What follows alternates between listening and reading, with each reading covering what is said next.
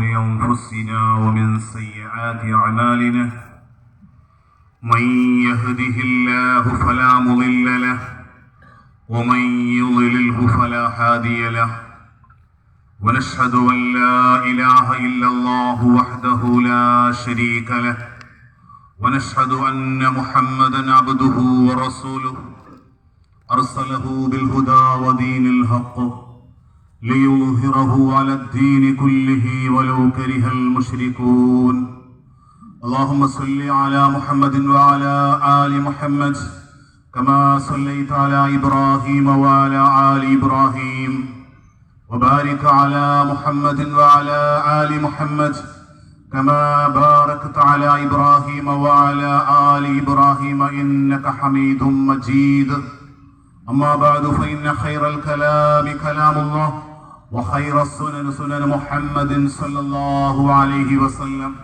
وشر الأمور محدثاتها وكل محدثة بدعة وكل بدعة ضلالة وكل ضلالة في النار أيها الناس اتقوا الله عباد الله أوصيكم وإياي أولا بالتقوى الله أعوذ بالله من الشيطان الرجيم بسم الله الرحمن الرحيم وإذ ابتلى إبراهيم ربه بكلمات فأتمهن قال إني جاعلك للناس إماما قال ومن ذريتي قال لا ينال عهد الظالمين الله أكبر الله أكبر الله أكبر لا إله إلا الله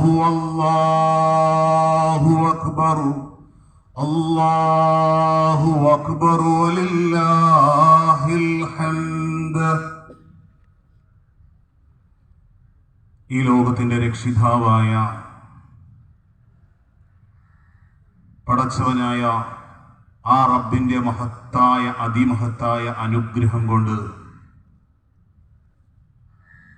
ഒരു ഈദുൽ അദ്ഹയ്ക്ക് കൂടി ഒരു ബലിപെരുന്നാളിനു കൂടി സാക്ഷികളാകുവാൻ അല്ലാഹു നമ്മെ അനുഗ്രഹിച്ചു. അൽഹംദുലില്ലാഹ്.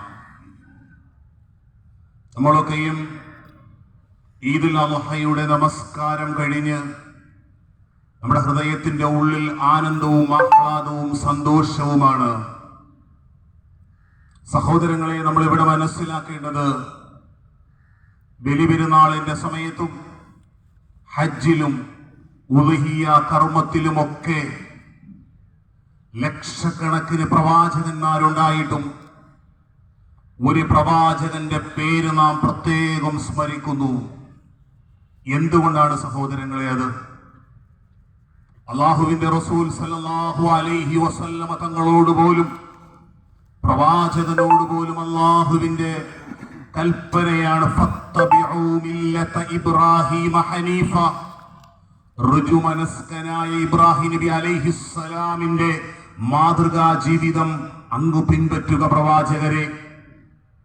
മാത്രമല്ല 5 നേരത്തെ നമസ്കാരത്തിലും കമാ സല്ലൈത അലാ ഇബ്രാഹീമ വഅലാ ആലി ഇബ്രാഹീം എന്നും കമാ ബാറക്ത അലാ ഇബ്രാഹീമ വഅലാ ആലി ഇബ്രാഹീം എന്നും 5 നേരത്തെ നമസ്കാരത്തിലും 200 കോടിയോളം വരുന്ന വിശ്വാസി സമൂഹം മഹാനായ ഇബ്രാഹിം നബി അലൈഹിസ്സലാമിന്റെ ആ സ്മരണ അനുസ്മരിക്കുന്നുണ്ട്.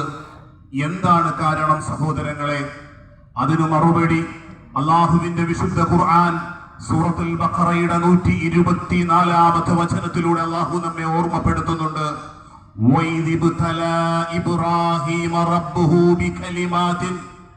ഇബ്രാഹിം നബി അലൈഹിസ്സലാമിന്റെ രക്ഷിതാവ് ചില കൽപ്പനകൾ കൊണ്ട് മഹാനായ ഇബ്രാഹിം നബി അലൈഹിസ്സലാമിനെ പരീക്ഷിക്കുകയുണ്ടായി. ചെറിയ പരീക്ഷണങ്ങളല്ല, വളരെ അഗ്നി പരീക്ഷണങ്ങളാണ്. ഹൃദയത്തിന്റെ വേദനയുണ്ടാക്കുന്ന പരീക്ഷണങ്ങളാണ്.